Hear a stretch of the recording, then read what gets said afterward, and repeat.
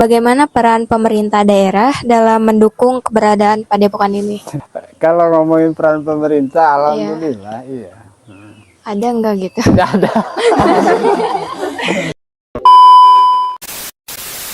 Assalamualaikum warahmatullahi wabarakatuh. Sebelumnya, saya Subhan Haji dari Universitas Primagraha dengan NIM 6122410080. Di sini saya akan mengunjungi Padepokan Gagak Lumayung Putra Cadas Pangeran yang ada di Kabupaten Serang, yaitu tempatnya di Kecamatan Gunung Sari. Tujuan kami membuat video ini untuk memenuhi nilai ujian akhir semester atau UAS MK atau mata kuliah literasi budaya. Baik, di sini saya bersama Bapak siapa? Bapak Muhammad Ali Basa selaku Ketua Padepokan Cadas Pangeran yang ada di Kecamatan Gunung Sari. Sebelumnya di sini kami dari kampus Universitas Primagraha dari Kota Serang izin kami untuk mewawancara mengenai tentang Padepokan Gagak Lumayung Putra Cadas Pangeran. Apakah diizinkan, Pak? Izin.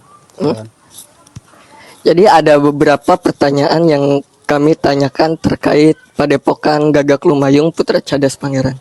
Pertanyaannya itu yang pertama ya Pak ya. Apakah ada situs sejarah atau makam leluhur Ada. yang berkaitan dengan Padepokan ini Pak di wilayah Banten? Ada. Letaknya ada di Palima, di kawasan kampung lingkungan Andemui Masjid di Kelurahan Sukawana, Kecamatan Curug.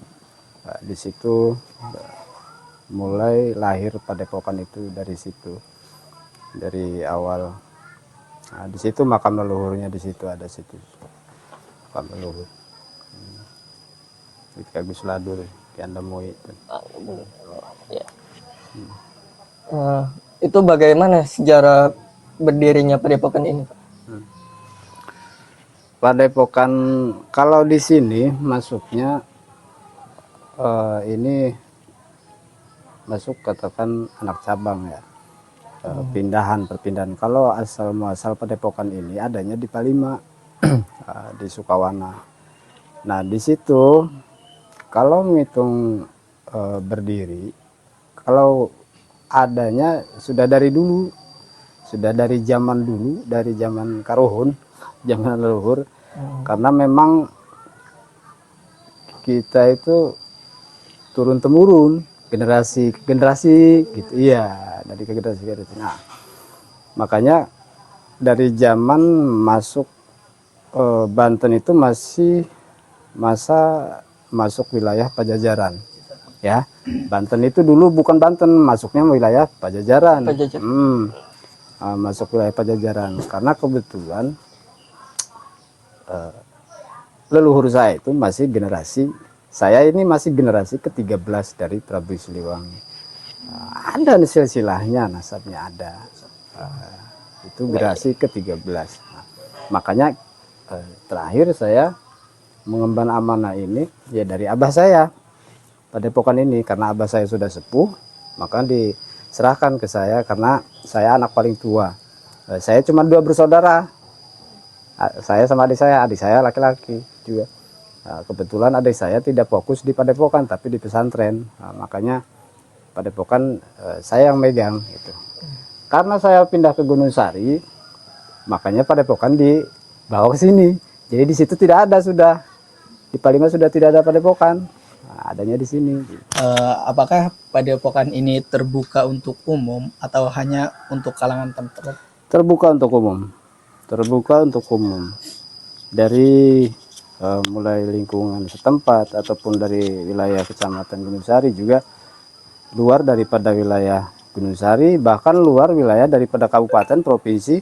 Karena kebetulan saya juga murid-murid banyak yang dari luar wilayah, ada yang dari Bogor, yang dari Jakarta, Tangerang, bahkan dari Sumatera, dari Kalimantan, dari Aceh juga ada.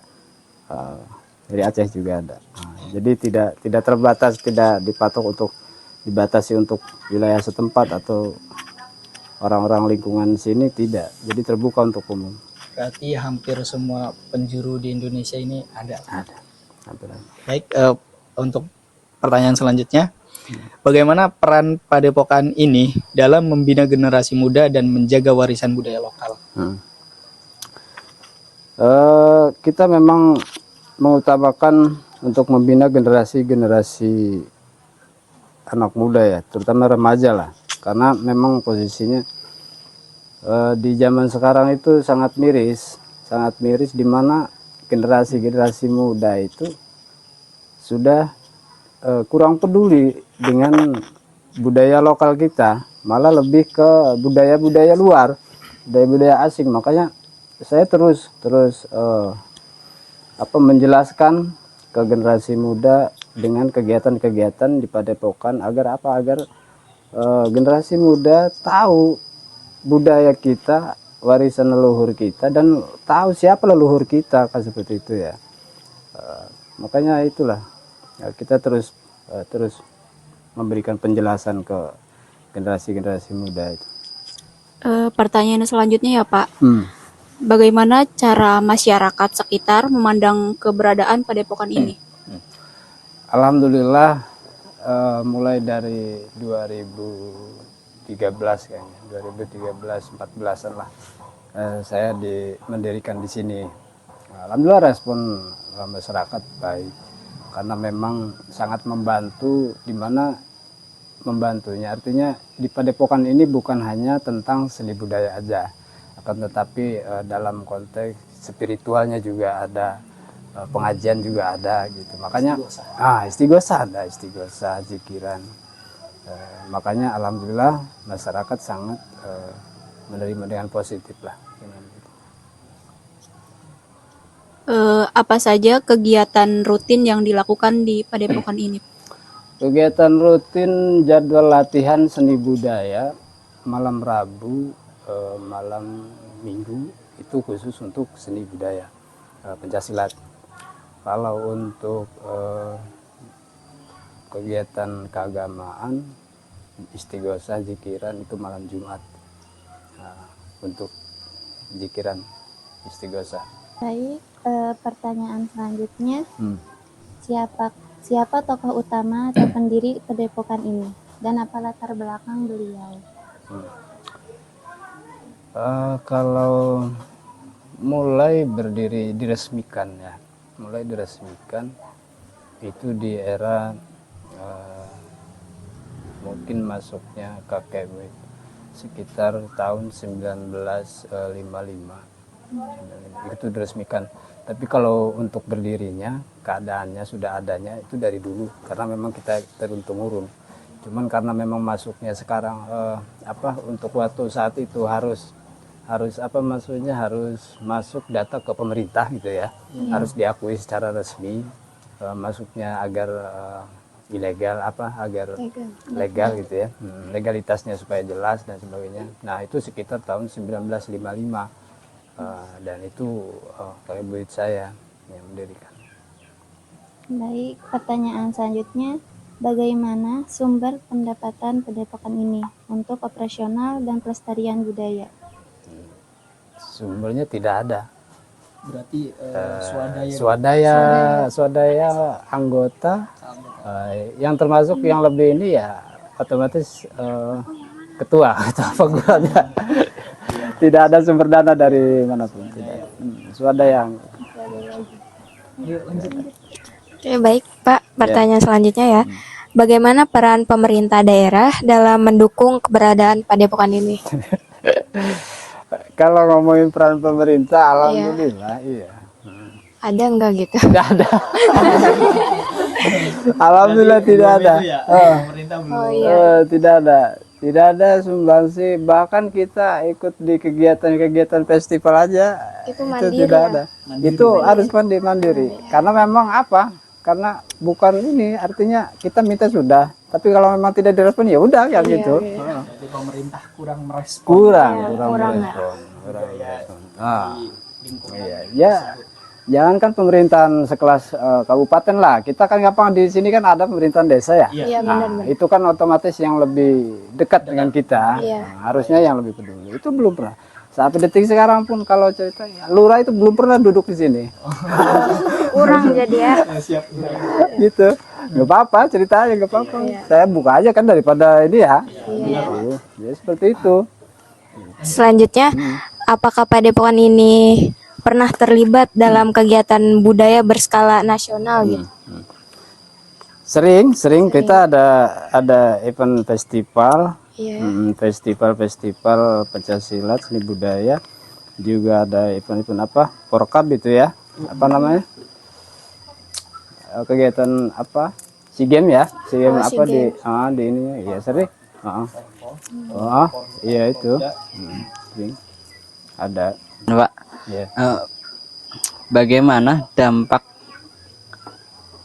keberadaan Padepokan ini terhadap kehidupan sosial dan ekonomi masyarakat sekitar?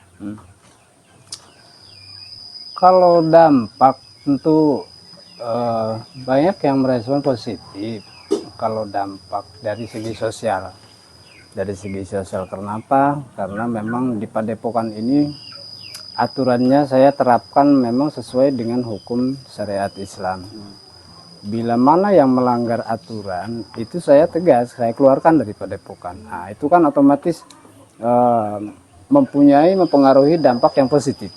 Nah, kalau untuk dari segi ekonomi ya nggak ada, karena memang kita tidak mengembangkan ke situ kan gitu. Iya, Pak. Gitu.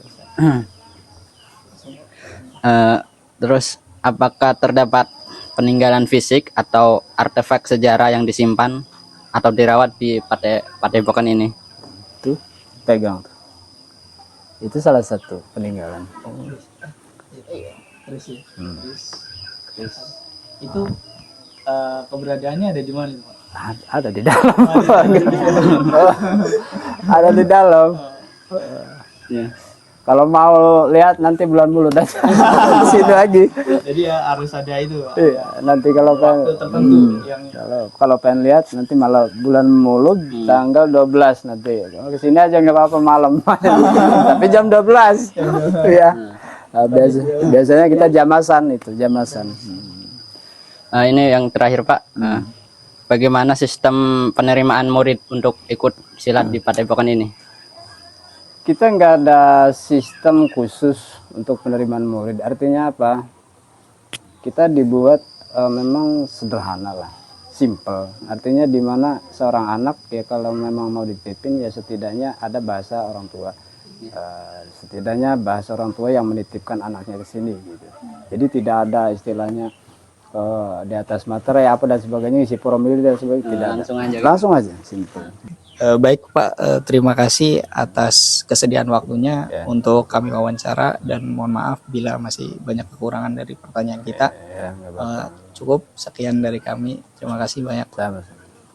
Jadi kesimpulannya adalah Padepokan Gagak Lumayung Putra Cadas Pangeran itu terbagi menjadi dua. Gagak Lumayung itu didirikan di Jawa Barat atau berasal dari Garut. Sedangkan Putra Cadas Pangeran itu dari Sumedang. Nah, di Kabupaten Serang atau Provinsi Banten ini, Padepokan Gagak Lumayung Putra Cadas Pangeran awal mulanya itu di daerah Palima, dan di Kecamatan Gunung Sari ini sebagai cabangnya. Dan di Padepokan Gagak Lumayung Putra Cadas Pangeran ini yang berada di Kecamatan Gunung Sari dipimpin oleh Bapak Muhammad Ali Basyah. Mungkin itu saja yang bisa saya sampaikan dari video ini. Mohon maaf bila ada kata-kata yang salah. Wassalamualaikum warahmatullahi wabarakatuh.